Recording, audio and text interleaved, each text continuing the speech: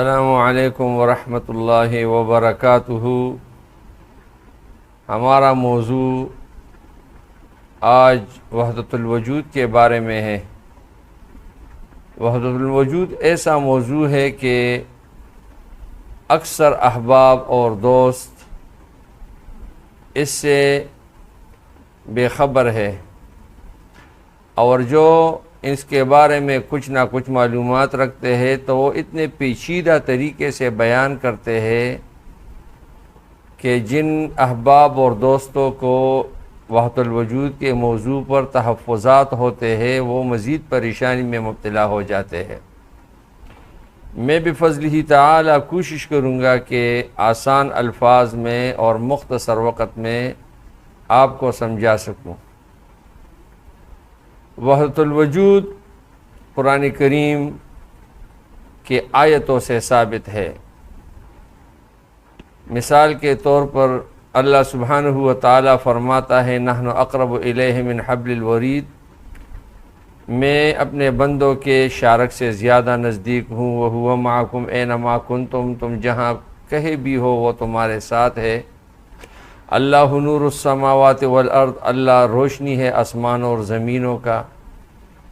اسی طرح حضرت موسیٰ علیہ السلام کے ساتھ جو کلام کیا وادی مقدس میں شجرہ طیبہ کے ذریعے ان کے ساتھ کلام کیا گیا۔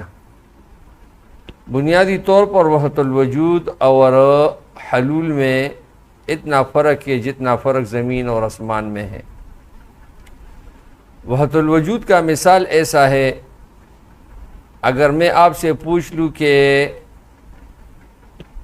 یہ بجلی کے بارے میں کہ بجلی کہاں سے آتی ہے تو آپ ضرور کہیں گے کہ بجلی گرل اسٹیشن سے آتا ہے، لیکن حقیقت یہ ہے کہ بجلی ڈیم سے آتا ہے، اور ڈیم میں پانی جمع ہو کر وہاں ٹربین چلا کر وہ بجلی بناتے ہیں، اور وہ پھر تاروں کے ذریعے گرل اسٹیشن میں آ کر اس کا انتظام کر کے ٹرانسفارمر میں وہ منتقل ہو جاتا ہے، اور وہاں سے میٹر کے ذریعے تاروں کے ذریعے آپ کے گھر میں پہنچ جاتا ہے۔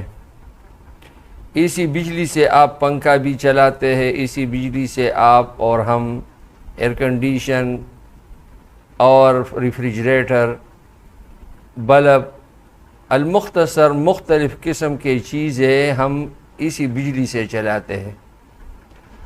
اب چیزوں کا شکل مختلف ہے، لیکن ان میں ایک چیز مشترک ہے، وہ بجلی ہے۔ اگر بجلی نہ ہو تو کچھ بھی کام نہیں کر سکے گا۔ بالکل اسی طرح اللہ کا امر اور اللہ سبحانہ و تعالی کا حکم ساری چیزوں میں، خواہ وہ مادی ہو یا غیر مادی ہو، ان میں جاری اور ساری ہے۔ تخلیق کے لحاظ سے سب مخلوق ہے، خالق اور مخلوق کا کوئی میل ہی نہیں اور نہ کوئی مطابقت ہے، لیکن حکم کے لحاظ سے، امر کے لحاظ سے، قوت کے لحاظ سے ساری چیزوں میں ادنا سے لے کر اعلیٰ ترین تک اس میں ایک ہی قوت کار فرما ہے، وَأَنَّ الْقُوَّةَ لِلَّهِ جَمِيعًا، وہی قوت جو اللہ کا قوت ہے، اور سب سے بڑا قوت اللہ کی ہے۔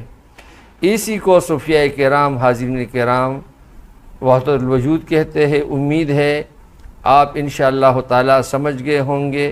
اس کے بارے میں مزید سوالات اگر آپ کے ذہن میں ہیں تو آپ ای میل کے ذریعے، فون کے ذریعے اور کمنٹس کے ذریعے کر سکتے ہیں۔ اللہ تعالیٰ آپ کو اور ہمیں سمجھنے، سیکھنے اور اس پر عمل کرنے کی توفیق عطا فرمائے، اور آپ کی اور ہماری حفاظت فرمائے۔ والسلام علیکم ورحمۃ اللہ وبرکاتہ۔